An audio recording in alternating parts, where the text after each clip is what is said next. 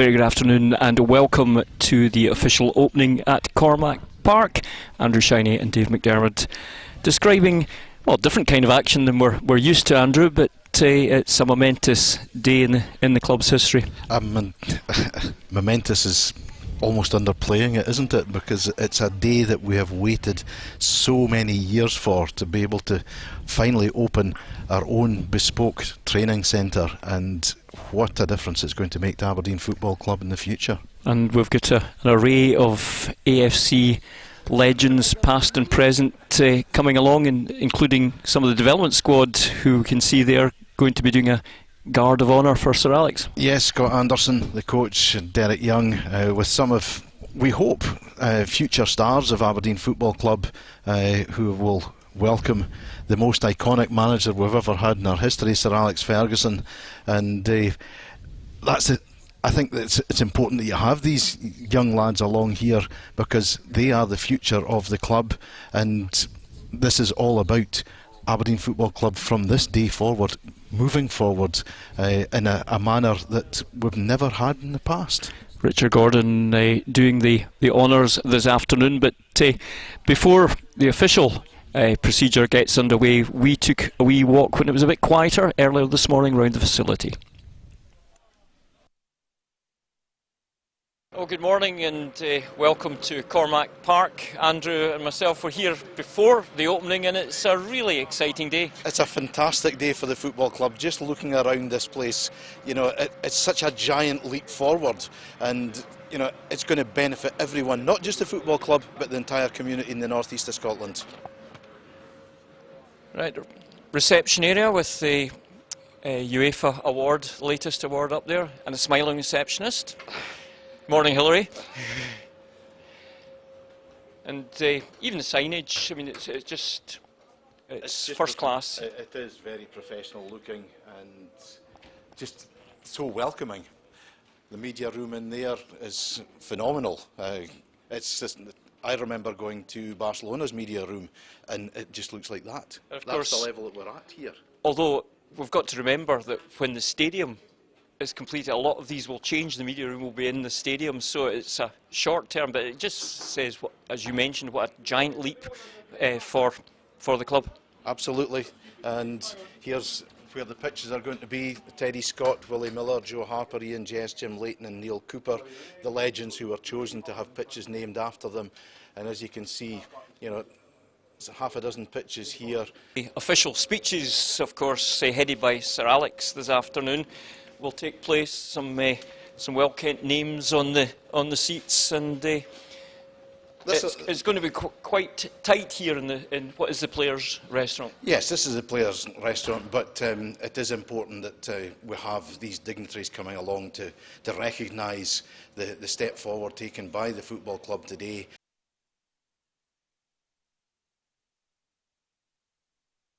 When we go down here, it's reminiscent, apart from the fact it's about 100 years newer than the corridor at Pittodrie. It is very similar.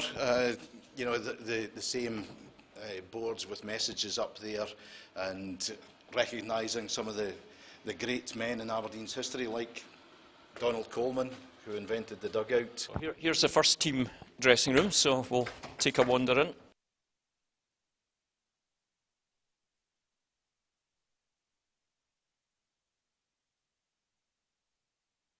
Yeah, again, the players will feel right at home here. This is just like the Pittodrie changing room, and as usual, you've got the names with the pictures of the players up on the wall. They've got their own personal spaces, they've got safes, and I'm sure this will become home for them, because they're going to use this so much more than they will use Pittodrie. Pittodrie will be used on match days.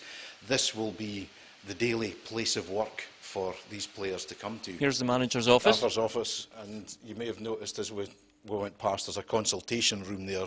That's where you go for your private one-to-ones. Now we're into the players' gym. Which, ironically, I could hardly get the door open there. I wasn't strong enough, so maybe spend some time in here. But again, room through there, and this is so much bigger than what the players have had to use. Absolutely massive in comparison to what we had at Pittodrie.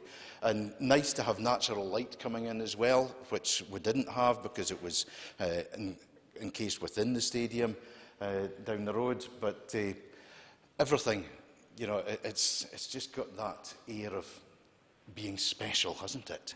Then the players, when they're going, that's the boot room. One of the most important places Absolutely. in any football club. And then when you've come out of the changing rooms, got your boots on, you step outside here, and there is the Teddy Scott pitch, which is the professional, elite professional training the hybrid pitch. pitch. Yeah, and that pitch is going to completely replicate the stadium pitch, both in terms of its orientation, in terms of its surface, in terms of its size, so you can do everything out there and know that it's going to be exactly the same when you're in the stadium. Absolutely. So here we have it, Cormack Park, in our long and illustrious career of Aberdeen Football Club. Today is probably one of the most significant, certainly in the top 5 most significant days. I would certainly say so. Possibly in the top 3. I mean, certainly the biggest day in the 21st century for the football club, and just as we said, a giant leap forward. And of course, later on you can see the opening when we'll be streaming from 1 o'clock and get the speeches. Sir Alex, he'll be here for a while, and yeah, just join in the fun. Yeah, and good to see that Sir Alex, who can manage to arrange most things, has managed to arrange some decent weather for the day. Yeah, just need it a wee bit warmer though. Well, that's earlier this morning, back live now, Andrew, and today was your first day visiting Cormack Park, and I was here last doing the piece with Stephen Gunn and Raymond Edgar just a few short weeks ago, and the difference to now is absolutely immeasurable. It's incredible when you see what the site looked like in July of last year, and now what there is on campus here.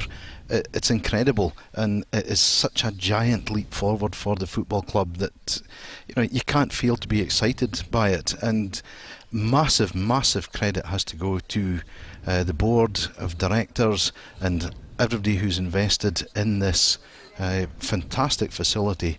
And we're just about, I think, ready for Sir Alex Ferguson to cut the ribbon and open it. Yeah, well, the scissors are there. Lisa's got the scissors. And a change of plan, Willie Beattie's taking the ribbon away. Yeah. It's a proud day for the manager. Yes, indeed. Sure, because, well, from day one, it's something that he asked for. And, it makes his job so much easier.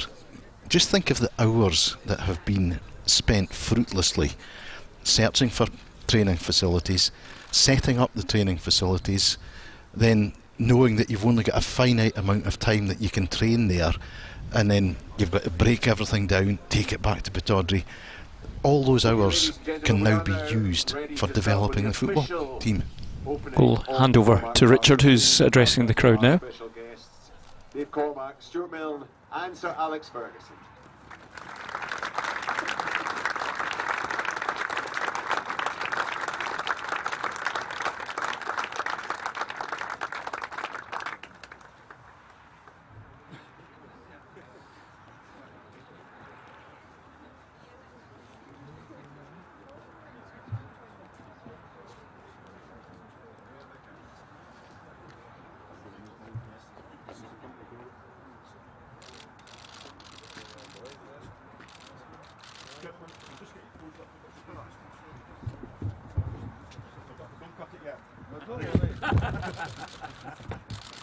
This way, gentlemen. Gentlemen, just in here. Let's move back in. Just count on 3, looking this way, and then cut away, Sir Alex. 1, 2, 3, looking this way as well. Look up, look up. Just keep cutting. Yeah, well done. Thank you very much.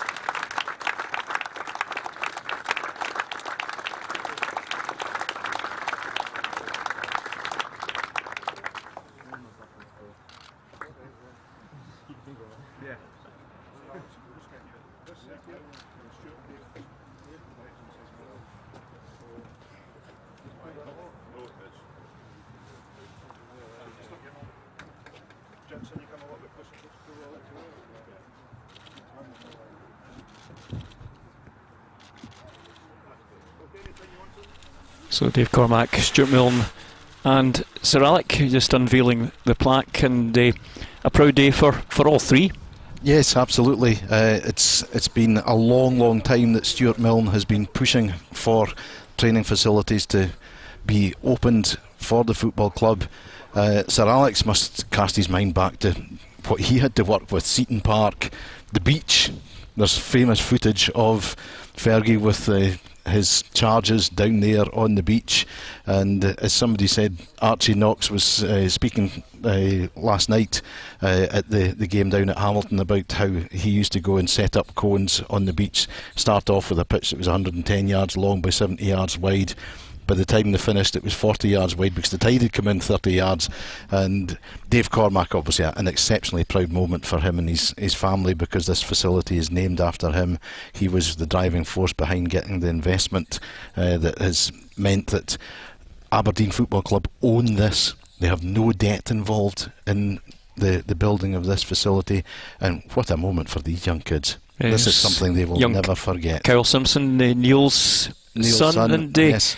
Yeah, I mean, they're going to be the first to officially use any of the pitches here. Yeah, they're going to have a little training session this afternoon, and well, it's just phenomenal that this day has finally arrived. Well, of course, the six pitches have been named after a fans poll. Neil Cooper and Teddy Scott were named for the 6 pitches, along with Ian Jess, Willie Miller, Joe Harper and Jim Layton. And Red TV caught up with Ian, Willie, Joe and Jim.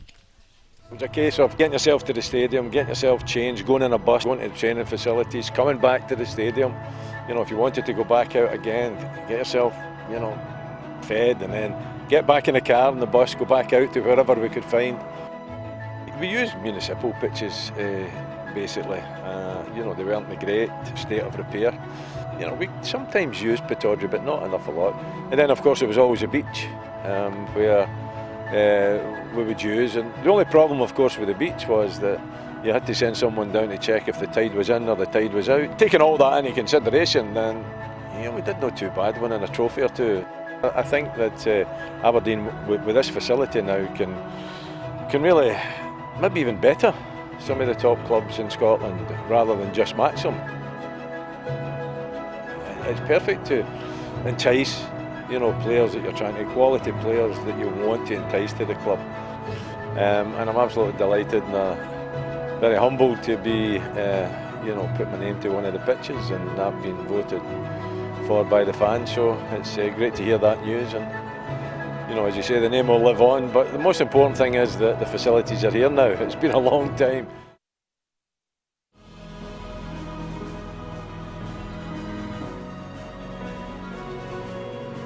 It's always nice coming back to the city, it's always a nice feeling.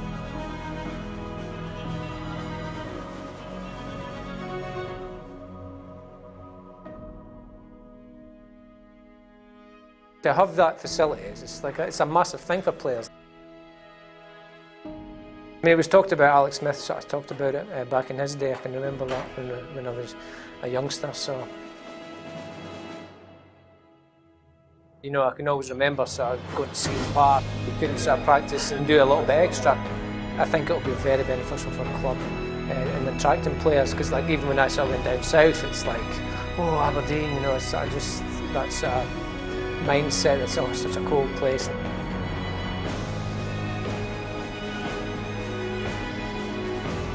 I mean, that's just that's the best that you can get for the fans to have one of the pitches named after me. It's just. It's humbling again, like the Hall of Fame. It's just a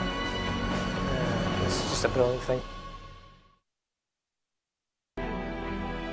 We used to go to Seaton Park. Seaton was where we did our pre-season training in twice a week maybe, and you had to run over boulders and bits of glass and ditches and branches of trees and stuff like that. Everybody tucked into a place to get changed, and when you're trying to get your jersey, you're taking somebody else's jersey, all the gear was swapped all over the place. Eddie Turnbull was very good. He always let me go out and do a half an hour after a training session, and I used to have boys like Jim Layton and John Gardner in goal, and young boys crossing the ball. All they had to do was cross the ball, and it didn't matter if it was a low cross or a high cross, just cross it in, and I would do my volley, my half volleys, overhead kicks, diving headers. Not that I needed too many diving headers. You know. I just love shooting. I love to see the ball hitting the back of the net. It's just amazing. The good players to come to Aberdeen, and with a training facility like this, you're going to do that. It's a great honour. Probably one of my honours that's up top there, you know.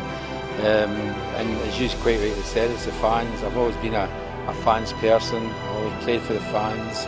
Always loved them. I used to sing songs. I loved that. So for this to happen, you know, it's just amazing. Absolutely amazing. I'm so proud that I know that in 50 odd years when I'm dead, well dead, that we'll be at Joe Harper Park somewhere, and people will ask who Joe Harper is, and they'll tell the story.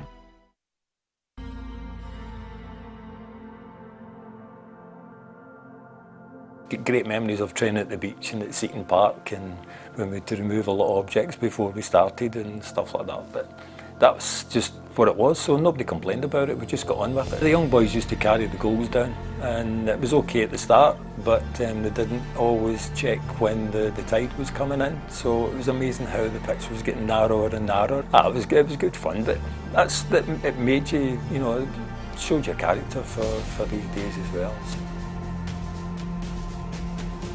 it's great to see that the facilities are going to be there now, and I'm sure that'll hopefully be a catalyst for, you know, a lot more better players to come through the ranks. I didn't actually know about it until I got a message from someone at the club. Sent me a message to let me know. So no, I was well chuffed. It's a nice way for you know what I've hopefully done at the, you know, in my career at the club to be remembered. So no, I was well chuffed about it. Well, the speeches are going to be getting underway shortly. We'll be hearing from Councillor Douglas Lumsden, Duncan Skinner from the AFCCT, Derek McInnes, the manager, Bobby Clark, Dave Cormack, Sir Alex Ferguson and First Chairman Stuart Milne. But just watching at the end there, these saves from Jim in that game against Celtic, we were both at that game, and it was just an amazing afternoon. It was. I think, did Celtic get 3 penalties? I think Willie Young was the referee in that game, gave Celtic 3 penalties. They missed 2, and Aberdeen went top of the league because that was the very start of what version of the league was it? Was it the Premier League? And they'd won down at Dens Park. They beat Celtic in the second game, and Wolves thought, hey, everything's going to be brilliant. It's sadly slipped away a wee bit then, but wonderful memories, and wonderful players who were, despite the lack of training facilities, through excellent work from coaches at Pittodrie, became legends in the Scottish game. And you just hope that Cormack Park is going to produce another glut of wonderful players who benefit not just Aberdeen Football Club but Scottish football as a whole, and it's going to be absolutely transformational for the football club having this facility here.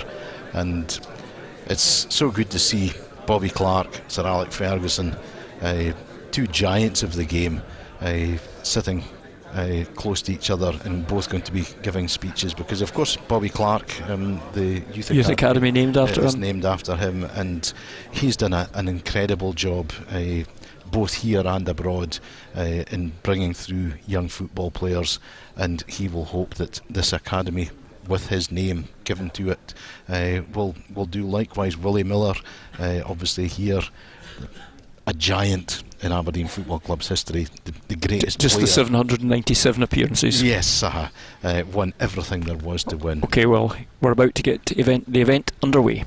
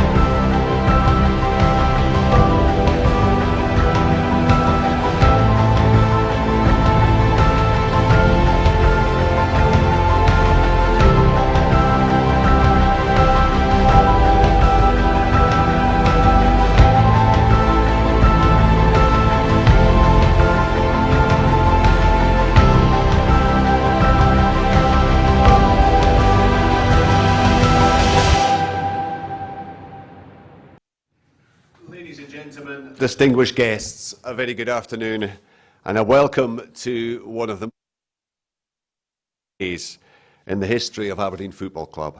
This is a massive step for everyone, the culmination of the first stage towards realising a decades-long dream. Over the next 40 minutes or so, we will hear from a number of people who have either been close to the project or who have played a big part in the club reaching this point. We've got genuine Dons legends in attendance. They'll be giving their thoughts on this historic day. As you saw, the official opening ceremony has taken place. Later, there will be photo opportunities and the chance for the media to interview some of our special guests. Lisa will be coordinating all of that, so I'm sure she will meet your requests. Before then, we have a number of speakers, and we're going to start with the chairman. It's over 2 decades since he took over the role, and securing a new stadium and training facility has been one of his driving forces ever since. He's shown determination, he's kept going when many others would have given up. It has been a struggle, and it has taken a long time, so long in fact that he had a full head of hair when he started. But he's got there, and he deserves an awful lot of credit for doing so. Please welcome the chairman of Aberdeen Football Club, Stuart Milne.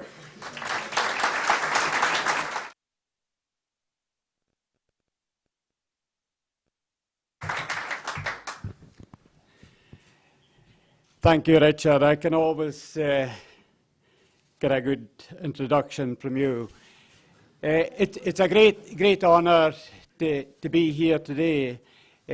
First of all, Council Leader Lumsden, Sir Alex, ladies and gentlemen, we are finally here. I must admit there's been a few bleak moments. The odd occasion when I wondered if we'd ever get here. But after almost 20 years of searching for a new home for our club, overcoming quite a few hurdles along the way, including a legal challenge, we finally made it. We secured planning back in January 2018, and as soon as we cleared all the planning conditions, we embarked in the construction of this fantastic facility. And I'm absolutely delighted and, to be honest, immensely relieved that we're here today celebrating the successful completion of Phase 1. There are so many people to thank for helping us get here. But before I do, I'd like to remind everyone about our vision. The project here at Kingsford will eventually represent 50 million plus of private sector investment in a new stadium, community sports hub, training facilities and football academy. Our vision was to deliver a dynamic, visionary, inclusive football and community facility, which positively inspires and touches the lives of everyone within the region. Something that helps the club achieve its long-term success at the top of Scottish football and regain our position as a top club in Europe. A lasting legacy that we can all be proud of, which adds to the sporting and cultural richness of our region. This is therefore a project of regional and national importance, which everyone across the community can benefit. From our fervent fans, families, budding footballers, future sports stars, to those who simply just want to get fit. From youth football clubs, community groups, the disadvantaged and disabled, to the third sector organisations and businesses. Hopefully, this will also act as a catalyst for greater sporting achievement, also help bring other events to this region, and will aid in our quest to become a Uefa top 100 club. It will reinforce the AFC Community Trust position as leading the way in Europe, following the recent top Uefa award we received.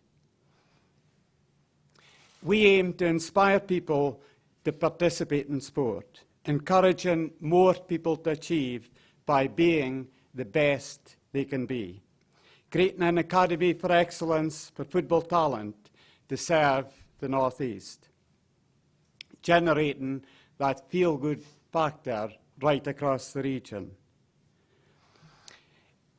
During the planning process, there was much debate why we needed the training facilities to be located alongside the stadium. We firmly believe that this co-location represents the opportunity to create something unique that will be the envy of other clubs, the best environment to inspire, motivate, attract and retain today's and tomorrow's players, along with top football management and coaches. And to roll in the additional community facilities that provide the foundation for the Trust to further deliver for all sectors of the community. Our ambition is to drive maximum socio-economic benefits into the communities through the power and passion of football, with our players and football management at the heart of delivering this. With one complex that encompasses a new stadium, football training academy and community sports hub, we will have a focal point for our footballers and our coaches to train and interact with the community, as well as engage in off-field activity. This progressive, engaging strategy will lead the way in Scottish football, with an integrated facility that acts as a destination and visitor attraction, forming part of the regeneration we're starting to see across the city and the wider region. A centre of excellence which, combined with other sporting facilities, will make the North East a sporting powerhouse. Cormack Park is phase one of delivering on this ambition. I'm delighted we're here today celebrating the launch of these amazing facilities. There are so many people to thank in reaching this major milestone.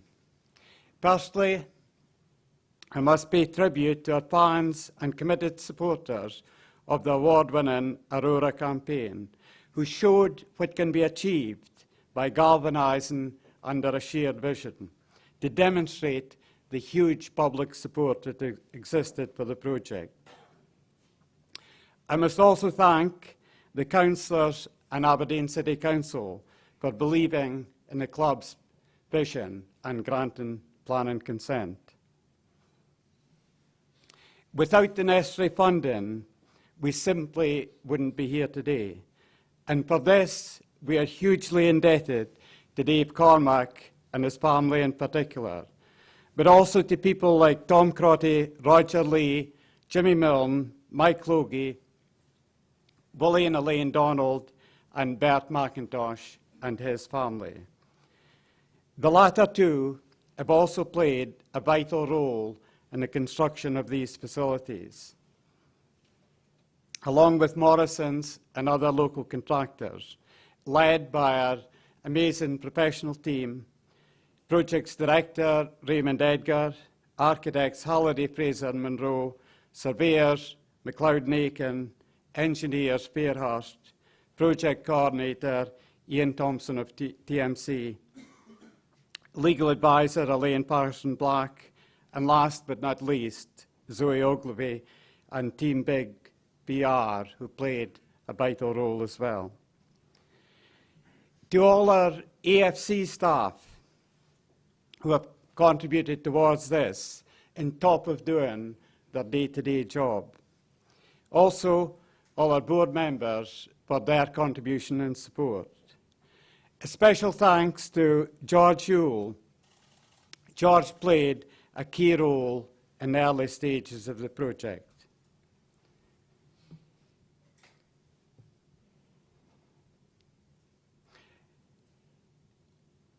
I would also like to extend a special thanks to our manager, Derek McInnes, Derek played a vital role in helping us gain planning, as well as valued input into the design of the facilities. Also, the players, the coaches, and all the football operations team for their patience in awaiting for delivery of these facilities. For too long, they have had to endure the day-to-day hardship of poor, outdated training facilities, which were woefully behind every other club in Scottish football. Our success in the pitch over the last 6 years has been achieved despite the lack of these facilities. And for that, Derek and the guys must be congratulated. But Derek, be warned. Now that you've got these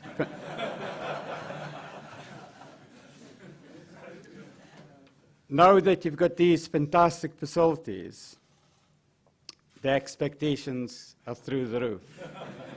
A league title, more silverware, and always in the group stages in Europe, and on a lower budget because these facilities have got to be paid for. No big ask for a man of your capabilities. Without doubt, this is a major milestone in the club's history. I think it's very fitting that the man who made the greatest impact in building a huge part of our great club's history and creating the profile that our club now enjoys is with us. Sir Alec, we are very honoured and very proud to have you here with us today. And I'd like to hand over to you to say a few words.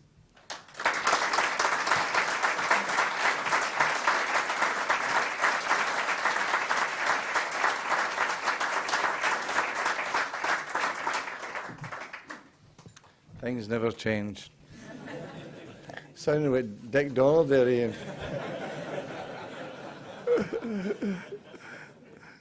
I'm delighted to see the progress of the club. Don't forget, in '78, we were the first club to have all-seated stadium. That was a time that I always remember with Dick Donald and Chris Anderson had this debate about where we should go. And Chris had a vision, and Dick, of course, was straight, keep everything simple. And we did it, and then it was followed by Coventry City.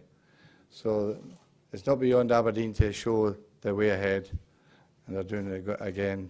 And particularly so for the coach. This is for the coach to set out the proper progress for young people to be trained properly, and I think that's an indication about the progress of the club now.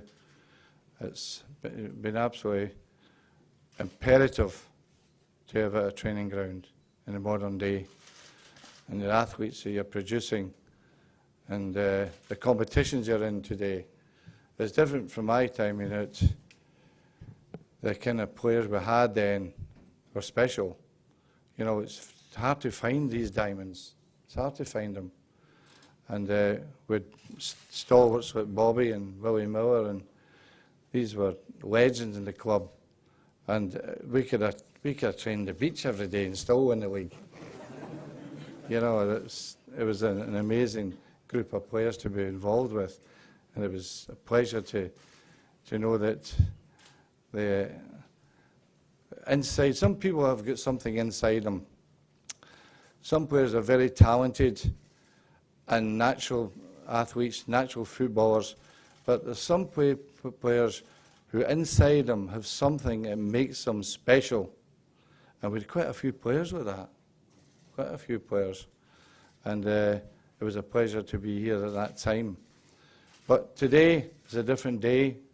You've got a platform now.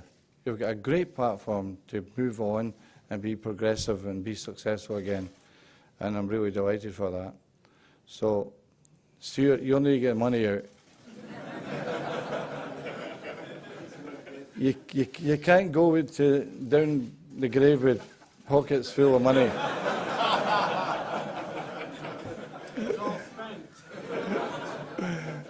I wish you good luck. Just keep doing the lottery. Anyway, it's a pleasure to be here and an honour to be in the opening in your training ground. Well done. Ladies and gentlemen, Sir Alex Ferguson.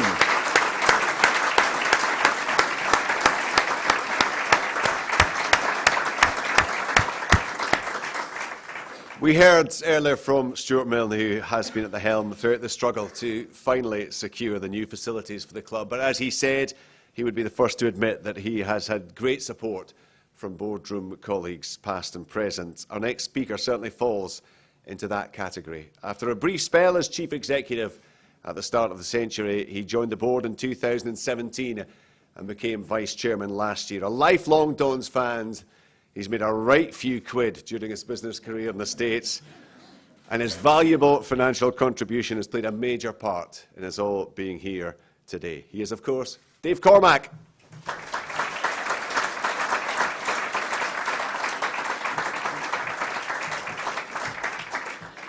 Thank you, Sir Alex. Perhaps you could get Stuart to give me back my wallet and chequebook. Stuart had the pleasure of being at one of our daughter's weddings a number of years ago, and he heard my father of the bride's speech. And so having heard that, it was supposed to take 12 minutes, it took 21. He told me I had to script it today, or we'd be here by this evening. So good afternoon to everyone. Thank you for being here to celebrate, after 116 years, our very own training facilities, an integrated community hub and campus. I'm joined today by my wife Fiona, brought up in Kincorth. I'm a Garthy boy myself. Our son Craig is here too, born in Aberdeen 33 years ago. We're joined today by a number of family members who live in Aberdeen. And as somebody who left Aberdeen 33 years ago, I never really feel like I left Aberdeen. It's still home to us. But I have with me today my Uncle Kenny. Unfortunately, sadly, my parents passed away a number of years ago, but my Uncle Kenny was 15 years old on the day Aberdeen won the Scottish Cup in 1947, beating Hibernian 2-1. And so that was a wee while ago, Uncle Kenny, yeah. And as I look back, a personal perspective here as somebody who is an expat, let's call it that. I remember growing up, we grew up as a group of families together, aunts, uncles, cousins. It started out life in a slum in Spring Garden next to the old ice rink, where we were in a one-room garret with no running water. But there was always food on the table and great love from the family. I remember my uncles taking me to Pittodrie and asking to hand me over the turnstile, so they didn't need to pay for me to get in. And if you had a real Aberdonian at the turnstile that said no, we had to wait and listen to the game till half-time, and then eventually Dick Donald would open the gate so you could get in. But he never did it at a big game. So, Stuart, hopefully now I've paid my dues for swicking into Pittodrie all these years ago. As I mentioned earlier, we left Aberdeen in '87, spent 9 years in London before moving to Atlanta 24 years ago. But Aberdeen is still home. We've been home every year, at least once, and now with my involvement at the club, we're home for about 3 months of the year. Compared to the nice toasty weather in the south of the States, we just can't stay away from the drizzle and the har in Aberdeen. Stuart, thank you for your leadership, tenacity, and never-say-die attitude over the last 20 years, taking the club to this pivotal position as we open these critical facilities. It would not have happened without you. A number of people here have made an impact on me, directly and indirectly. Sir Alex, as I mentioned when we had dinner in Boston a couple of years ago, whenever I doubted myself with a business challenge, whether it was running out of money, and we did with my first software startup in London, or with a business dilemma in the States, I'd get up during the wee hours and I'd read from A Light in the North or Manage My Life. extracts from these books where Sir Alex describes leading his teams and managing his life gave me the reassurance, self-belief, motivation and confidence to follow and trust my own instincts when I was stressing over a challenge and actually questioning myself.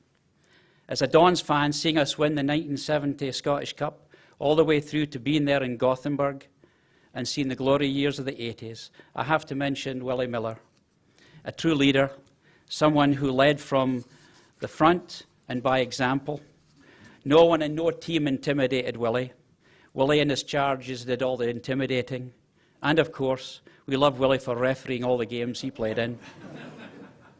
It drove Celtic and Rangers mad, but it was a joy to watch. Bobby Clark, coach, educator, mentor, gentleman and family man. I call him Mr. Clark. When I got reconnected with Bobby in I think it was 96, when he was at Stanford, I kept calling him Mr. Clark. And the reason behind that is, when I was at Rotherstone and we had field one day, and Mr. Clark took the field, I inadvertently called him Bobby. And if any of you were at Rotherstone, the head teacher there, PE teacher, Mr. Williamson, or Billy as we called him, Williamson, heard me, and I got 6 to the belt. So forgive me if I call him Mr. Clark today, because I keep looking out for Mr. Williamson coming round the corner. We reconnected, Bobby and I, in the States in '96. As fate would have it, my new investment partner, Tom Crotty, an ex-Notre Dame soccer captain, was a benefactor to and supporter of the men's soccer program at Notre Dame during Bobby's 17-year tenure as coach. Bobby is revered as an outstanding coach in America, with over 50 of his players going on to play professionally at a senior level and internationally, including John Gallagher, who is with Aberdeen today. In spite of his calm demeanour, those who know Bobby know that he's highly competitive and hates losing. Just ask the late Ali MacLeod. We'll tell that story later, or Bobby can when he gets up. It's a fitting honour that the Football Academy now bears his name. Bobby, you've touched more people than you'll ever know. And Mr. Clark, I count myself as someone thankful to be able to call you my friend. To my wife of 37 years, Fiona, you're the heartbeat of our family. Everyone says when World War III arrives that I'm hanging from the chandeliers, and Fiona will be making a cup of tea and saying, don't worry about it. You've supported me in my career by moving away from your close-knit family in Aberdeen and backing me in my businesses. 3 years ago, I said I was going to retire. After about 6 months, I got bored, and Fiona said to me, now remember, I married you for better or worse, but not for lunch. So go and find a job. Stuart has said to Fiona many a time, how on earth have you stayed married to him for 37 years? To which Fiona replies, Stuart, he's still work in progress, but I've no desire to train anybody else, especially you. I did indeed marry well above my station. Let me give you some observations as an Aberdonian living abroad. We don't talk to ourselves up enough as a city and as a shire. I have a lot of American friends that have come here, and they're just blown away by the city, the heritage, the country, the highlands, what we have here. And, you know, I think it's something that we ought to think about. In fact, if you Google it, there's an article just 3 or 4 months ago in the New York Times about hidden gems of cities to visit and see in Europe or worldwide, and Aberdeen was as one of them. I actually missed out. I missed out one thing here, which is closer to home. My mother-in-law, Barbara Stiles, Fiona's mum, will celebrate her 90th birthday in a few months. Barbara has been like a second mum to me over 40 years. She's a Dons fan and still goes to all the games. And her season ticket is paid for, so nimmer swicking for me. She's my landlady in Kincorth when I'm home, insisting on home-cooked breakfasts and dinners, and often making toast and a cup of tea before you go to bed, just to keep you going, as they say in Aberdeen. And she has a real coal fire, very few left. So Barbara, it's no wonder we call you Super Gran. After all these years in the States, And Sir Alex, you and I talked about the Irish last time we kind of got together with Jim Palata in Boston. But all these years in the States, it still riles me when I'm told I have a lovely Irish accent. I just tell them the truth about the British Isles. So if you think of your geography, the British Isles, the Welsh are just the Irish who couldn't swim. The Irish are an evenly balanced nation. They have a chip on both shoulders. The best thing about England is the road to Scotland. And Scotland is, of course, God's country. Fiona and I set up the Cormac Foundation because we've been blessed and we remember our roots. Our main focus is supporting disadvantaged children, many in poverty, with the goal of providing a hand up versus a hand out. We do a lot of work in Cartagena and Colombia with thousands of kids that live in utter poverty, happy kids, living amongst rape, rats, incest, and we have a number of projects there to help those kids have a safe place. But you know, even in Aberdeen, coming back and get involved with the club, right next to Pittodrie at Seaton, there are some real challenges that are there. Barry Douglas, who's the club pastor, runs a community church there, and some of us with the club have been involved in the project that's there. One of the things that I'm proud of with the club is that we all talk about all for Aberdeen Football Club, but Aberdeen should be for all or for everybody. So over the last couple of years, a number of us got together in businesses to create this vehicle where there's 600 season tickets are fully paid for, but they go out to the community through a number of charity partners. Barry's example, where he has about 60 tickets that are used and well used, he's got absent fathers coming to take their kids to Pittodrie for games that wouldn't do so otherwise, and we give them drink and food vouchers. And I think that's one of the things that's is critical for us, in particular with these community facilities that we have. Charity begins at home. Fiona and I were pleased to support making this landmark project happen. In accepting the naming of the training and community campus as Cormack Park, what was uppermost in our mind was our desire for future generations of our family in the States to remember that Aberdeen is home and the Dons are our team. Thank you for being here to celebrate with us today, and stand free.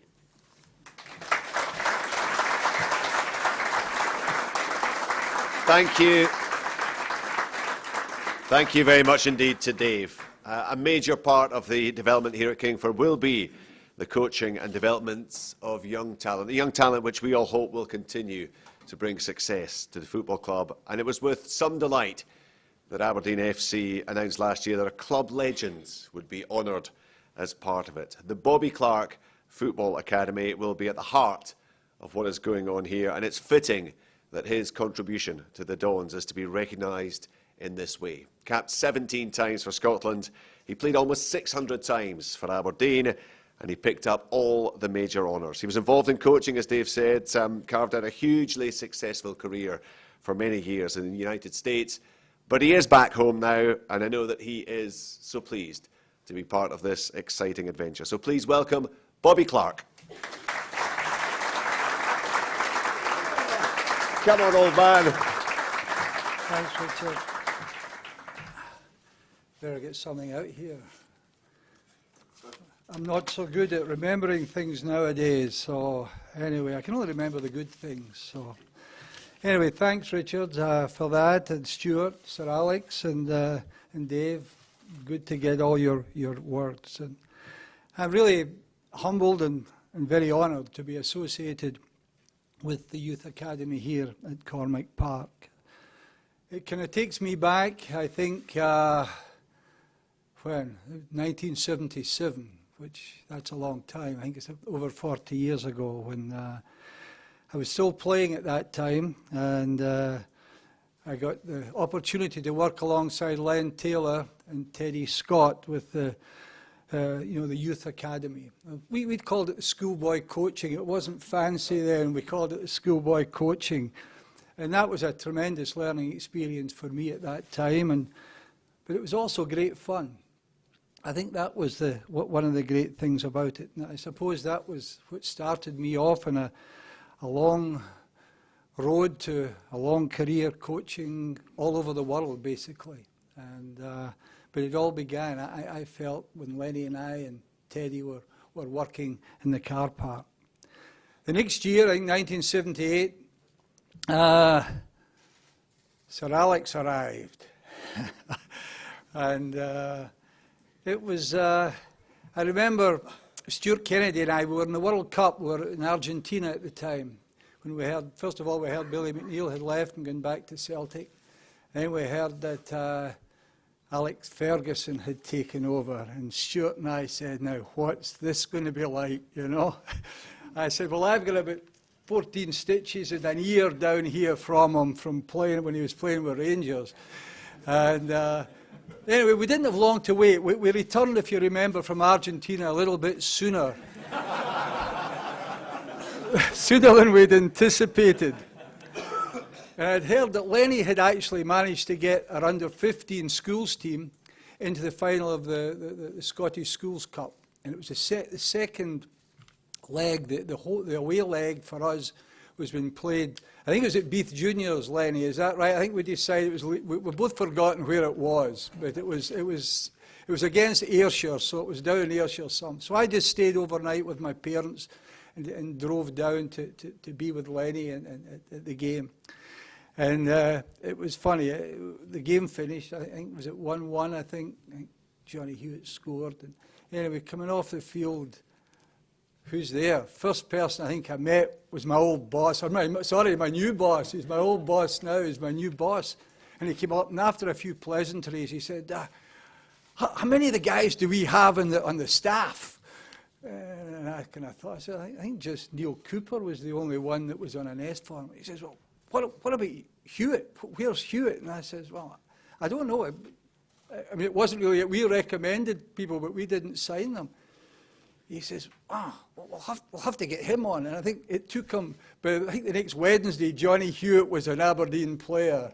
And I think that just showed you what Alec was like. First of all, he found his way somehow down to Ayrshire to see a schoolboy under-15 game. And then he'd already sorted out who he wanted on his staff. It hadn't been signed, and he'd already signed them by about 2 days later. So I think that was Sir Alex. So, and that was the whirlwind, the tornado that came in, and well, the rest history, I suppose.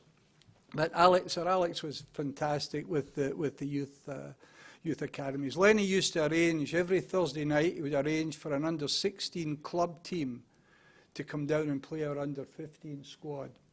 And there used to be, it was in the car park. That was our when I look out there now, wow. But anyway, it was in the car park, and there was a little sort of asbestos dugout.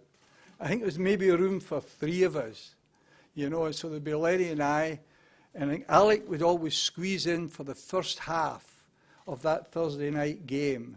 And Teddy would be standing outside, sort of leaning on it. There wasn't room for Teddy in it, you know. But he'd be talking to everybody anyway, you know, and then going back in to do some more work. Teddy worked 24 hours, I think, at Pittodrie.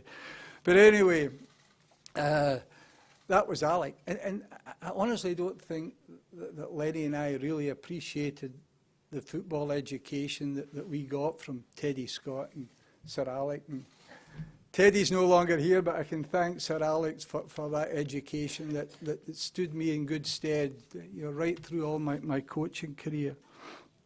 I think the great thing about the schoolboy coaching back then was I thought that it was at Pittodrie. I mean, the field itself wasn't very good. I mean, I think Simi, where are you, Simi? You can testify to that. I see you at the back.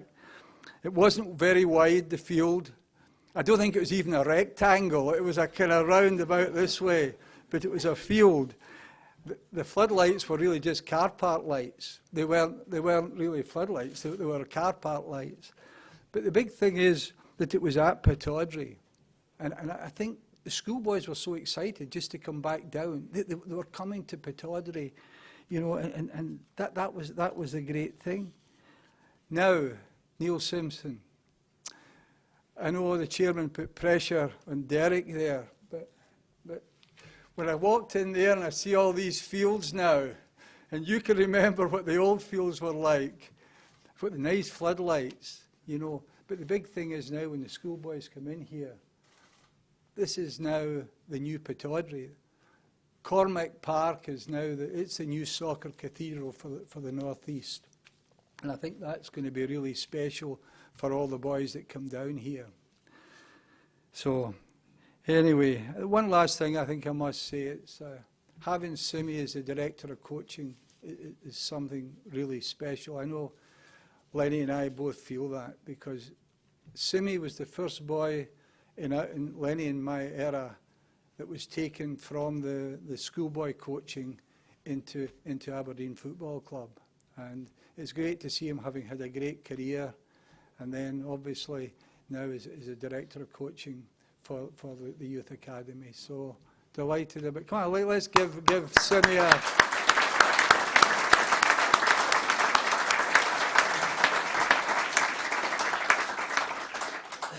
Again, I think I've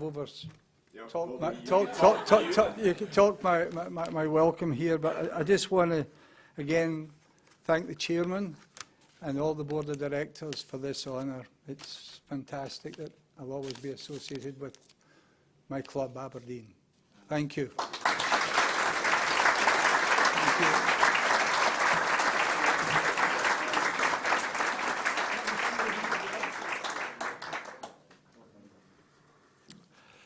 Perhaps more than anyone, our next speaker has reason to be absolutely thrilled by what has happened here in recent months and to be excited by the prospect of what lies ahead. When he took over as manager 6.5 years ago, the chairman promised a training ground was just around the corner on a minibus to various bits of grass around the city.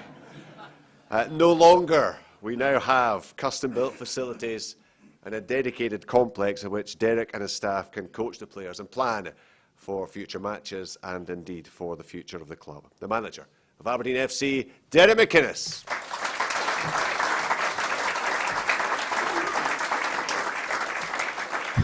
Good afternoon. It's great to hear some of the stories Bobby reminiscing there, and as Richard says here, I'm here today to just to speak about the benefits, the obvious benefits of us as on the professional side of it. 6.5 years ago, as Richard says, on starting work here at Aberdeen, Tony and I took our first training session at the barracks on a truly awful surface. It was about April. A simple passing drill, unable to be done of any standard whatsoever. And tomorrow we'll do the same passing drill. Not that we're not moving on, but it's just it was a good passing drill. And we're going to do it on our new home here at Cormack Park, one of the pitches, as you've seen for yourself, where no player can have any complaints. And that's what we've always tried to do, is set a standard of work and be elite in everything we're trying to do. Don't give the players anything to complain about. But every single one of our players that morning had everything to complain about.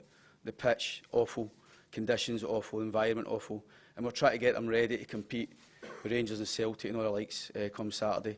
And we're expected to be up there challenging, but we were without doubt bottom of the league table in terms of facilities. Now that's no longer the case. Today we're taking a huge step forward. The club's first bespoke training facility in its proud 116-year history. This is a significant milestone, and that will have both a positive impact on the club's daily football operation. The board of AFC deserve huge credit in delivering this today. Well done to you all. Never had you in doubt, never had it in doubt. In particular, Chairman and Dave. Dave's financial support to the Chairman and the club, his energy and expertise has been of a huge bearing on us being here today. But we must also thank the supporters and many friends of the club who have been mentioned already and helping us along the way. A few years ago, we set ourselves a target of being a top 100 Uefa club, a bold and ambitious target considering where we were ranked, and one we recognise is not achievable by spending our way there, but by being innovative, resourceful and being smarter than our competition. We've been able to develop in other areas of the club, like investing in our team both on and off the pitch, developing our culture and philosophy and utilising tools and systems to help us be the best we can be. Cormack Park will help us no end, and it's a facility we can be extremely proud of. We've already experienced how the training facility, even when incomplete, can help us attract new players to the club. and we believe it will help our future recruitment as we work hard to be the club of choice. This is true for both the professional side of the club, but even more importantly also for the youth academy. No longer will we lose players, hopefully, to the West of Scotland teams. Keep these boys here in the North East. It is an absolute pleasure to have had Sir Alex open the facility, but it's also hugely fitting that he does so. His legacy of building successful Aberdeen teams with an identity of homegrown players is still something we work hard to maintain now. Our future football strategy will rely on our ability to develop local young talent, and it's no surprise that the supporters have chosen the likes of Willie Miller, Neil Cooper and Ian Jess to name our pitches after, all products of a development programme which was built on by Sir Alex and supported by Bobby and Lenny Taylor, who are also delighted to have us here today. Together with Neil Simpson, we'll be working hard to ensure that that legacy remains and we maintain that pathway for young players to achieve first-team football. That journey is visible as young players will make their way through the building from the front door as they progress, with the pre-academy and under-10s nearest the door. And as you go in, and that target of a professional career and that final destination at the end of the corridor, being nurtured, taught and driven to be a proper Aberdeen player. We'll start to enjoy the benefits of Cormack Park for the player development pathway immediately, and all our academy teams will benefit from increased pitch sizes, extended coaching sessions, which means contact time with players will increase. The first team and development squads will regain lost hours otherwise spent on minibus journeys, darting across the city, meaning more hours on the pitch, in the gym or in the performance hub. Less hours will be lost to frozen training pitches as we benefit from the new state-of-the-art under-soil heating system and the resilience of the hybrid pitch over the winter months. With the floodlighting, we also gain greater flexibility in the training programme and as the darker nights, winter nights set in. We're looking to be using a more efficient gym space with over double the available space that we have at Pittodrie, meaning a full squad can utilise the gym at any one time. And what Cormack Park ultimately means for the football programme is more pitch space, greater pitch time, less interruption, with the aim of delivering wins on a Saturday. We believe we've also created an environment to inspire not only our young development talent, but also our experienced senior players. There's now opportunity for uninterrupted and private individual practice, conducive to learning and improving. We believe we've created a space where players are hungry to come to their work every day and produce a standard of work that is acceptable, what an Aberdeen player should be delivering, and that will help when we are preparing for a high performance on a match day. The opening of Cormack Park gives us real credibility as a club and a training centre to rightly feel proudly of. One of the main benefits was creating an environment that promotes openness and dialogue between our high-performance teams in medical, sports science, performance analysis and coaching. No longer negotiating over desk space or bumping into each other in an office that we have often likened to a cupboard under your stairs. We've been able to create a true performance hub here, where all these functions can come together, make our players stronger, quicker, more resilient and ultimately better. A special thanks must go to Colonel Norrie Donald, Camp Commandant at the Gordon Barracks, and to Angus Donaldson and Bob Philp of the University of Aberdeen, who have been for years very accommodating, allowing all of our teams from the academy to first team to utilise the facilities. The club has relied on their support and cooperation over many years to provide homes for our teams, and we're grateful for your hospitality, for giving us a platform from which to perform. Many talented players have gone on to enjoy successful careers at the very top of the game, having perfected their skills down the hill at Bogowney and over at the Barracks. Over many years, we've all worked hard to create a special family environment here. Living the words of Alfredo Di Stefano, which are on the wall here, Cormack Park has us moving forward together as one family with the professional squads, youth academy, AFC Community Trust and the support structures of each. These will continue to work closely together for the benefit of our club and our city and our region. And finally, our chairman. Being a chairman can sometimes be a thankless task, and anything you do is never enough in the eyes of many. But your determination, tenacity, courage, leadership, despite many hurdles facing us, has got this done. Normally our chairman builds things to make money. But you have overseen something which is way more rewarding. There is no bigger supporter of our club than yourself, and on behalf of all my staff, my players, who are going to reap the benefits of this now, but also future generations to come, we thank you. What a brilliant job. Thank you.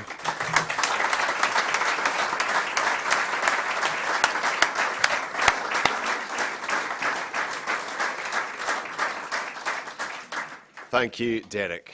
While the development here at Kingsford is a massive step forward for the club, it's also going to be of major benefit to the North East community as a whole. As you all know, the Aberdeen FC Community Trust has done some remarkable work in that respect in recent years.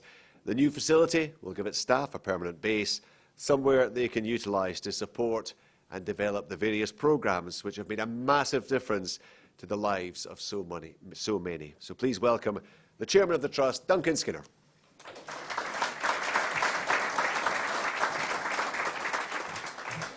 Wow, don't you just love it when a plan comes together? This is fantastic. Distinguished guests, ladies and gentlemen, you know, win, lose or draw on the pitch, at Aberdeen Football Club we're fortunate to have a board which completely recognises its responsibility off the pitch, to use the AFC brand and image to deliver opportunities to change lives for the better throughout the northeast of Scotland. The board have been particularly supportive in the establishment of our Club Community Trust, a separate charitable organisation created to support those who need the help most in our local communities.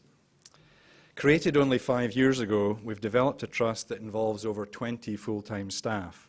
This team, together with about 80 regular volunteers, deliver a host of football and non-football related activities, resulting in over 424,000 participations in the last year alone, and funding services worth over £1 million annually. A recent study commissioned by Uefa and involving the SFA and AFCCT demonstrated that we deliver a tenfold social return on investment. So that 1 million delivers over 10 million in social value in the North East. Sir Alex, of course, delivered 2 European trophies for the Dons in the glorious run we all enjoyed in the 80s. I'm delighted then that the Trust has equalled this feat by delivering 2 European awards. In 2017, our Dementia Friendly initiative was awarded the European Club Association Best CSR Programme. And in the past few weeks, UEFA Grassroots Awards named us the best professional community club in Europe. Surely a case for adding 2 stars to the Trust logo. We want to do more, and now we can. The Trust involvement at Cormack Park affords us the opportunity to provide a new community hub from where we can expand our reach and deliver wider participation and opportunities for all.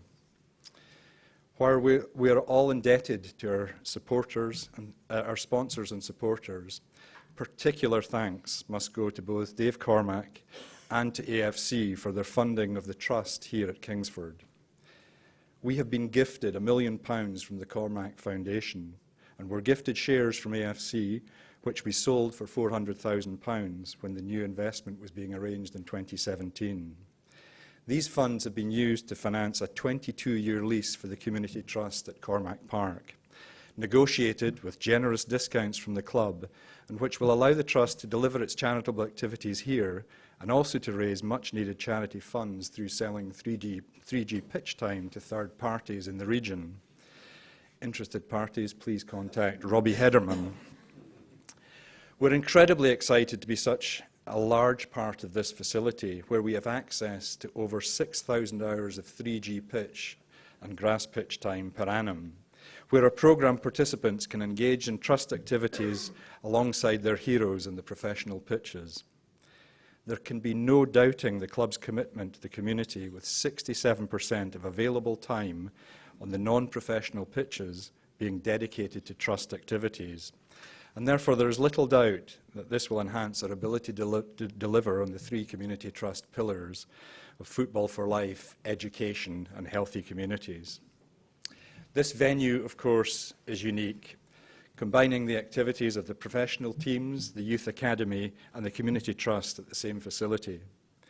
While we've seen how much it means to our participants to come to Pittodrie, to come here to Cormack Park and to the new stadium when built will be so exciting, when the Trust will have access to even more community facilities on the same site, allowing further expansion to the work we do to provide support and opportunity to those who need it most.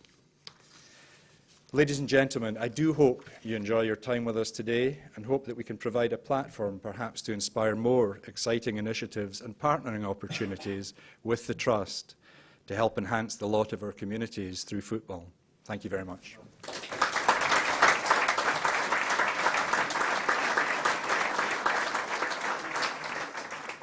As Duncan has pointed out, there are huge benefits for the whole of the North East community in the development here at Kingsford. It has taken a long time to reach this point, and the club couldn't have done so without the help and support of local administrators. They spent many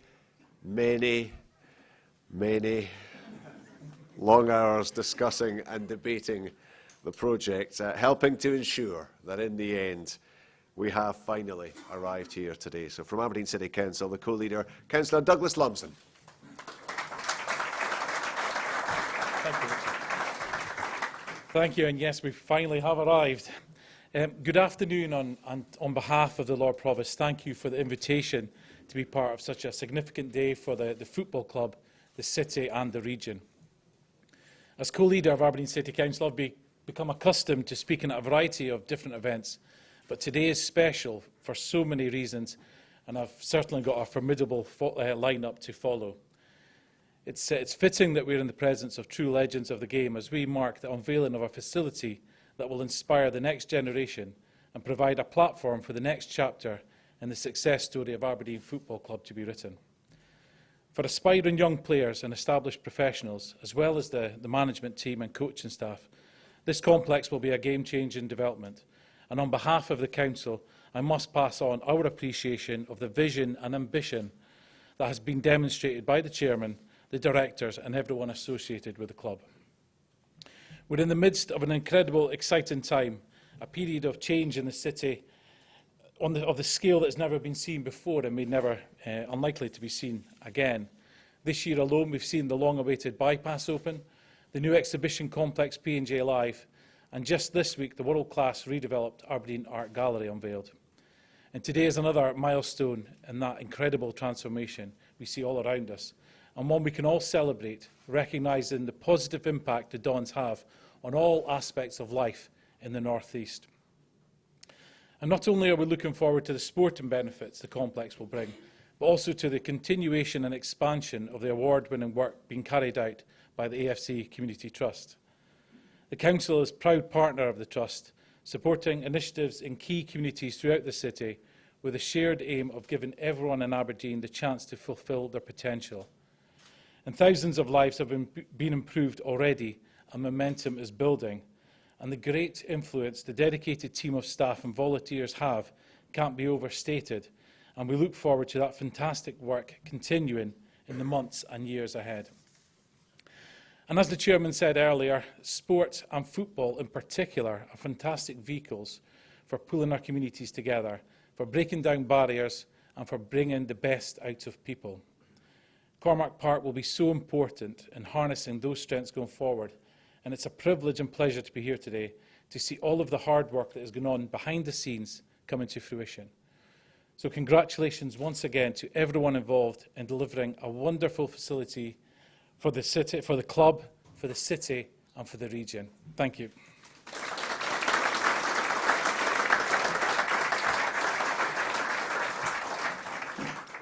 Thank you, and thank you to all our speakers. You will now have the opportunity to have a look around the facilities. Refreshments will be on offer, I think, down the corridor there. We'll certainly be guiding you to wherever you need to go. Stuart Milne, Dave Cormack, Bobby Clark and Duncan Skinner will all be available for further media interviews and photographs. Lisa and the guys will help you with that. A huge thanks, I think, in particular to Sir Alex Ferguson for coming up and being among us once again. And for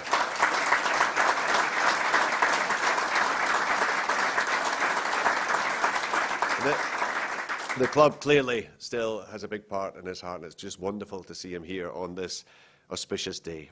Thanks to all of you for being here. Please enjoy the facility and enjoy the rest of your day. Thank you.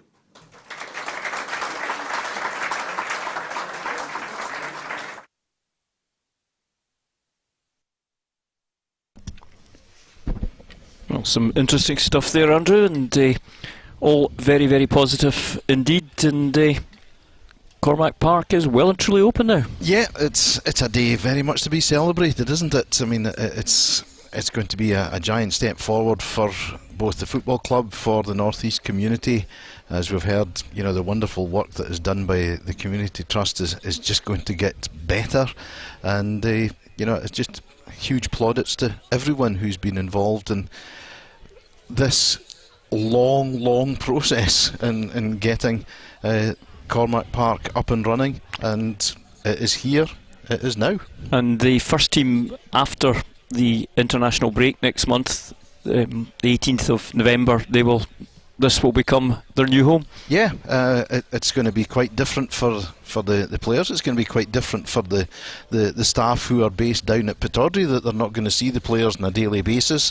They're only going to be at Pittodrie on match days. But you know, we've heard, you know, the facilities that had to be endured almost by players in the past. That's a thing of the past now. The future is very much that they're going to be coming here on a daily basis, working to better themselves, to better the fortunes of the football club, and it is a very exciting prospect. Yeah, we'll catch up with some of the main players now this afternoon, and those interviews will be on Red TV later on. But once again, thanks very much indeed for your company from Andrew and myself. A very good afternoon, and next up on Red TV for our point of view will be Saturday's home game against Kilmarnock, where hopefully we can sort of carry on where we left off last night. Yeah, it was a good win last night at Hamilton. It will be a tricky game against Kilmarnock, as it always is, but we're going into it on the back of the confidence of a victory, so bring it on. Yep, indeed. So from the Red TV team, a very good afternoon from Cormack Park.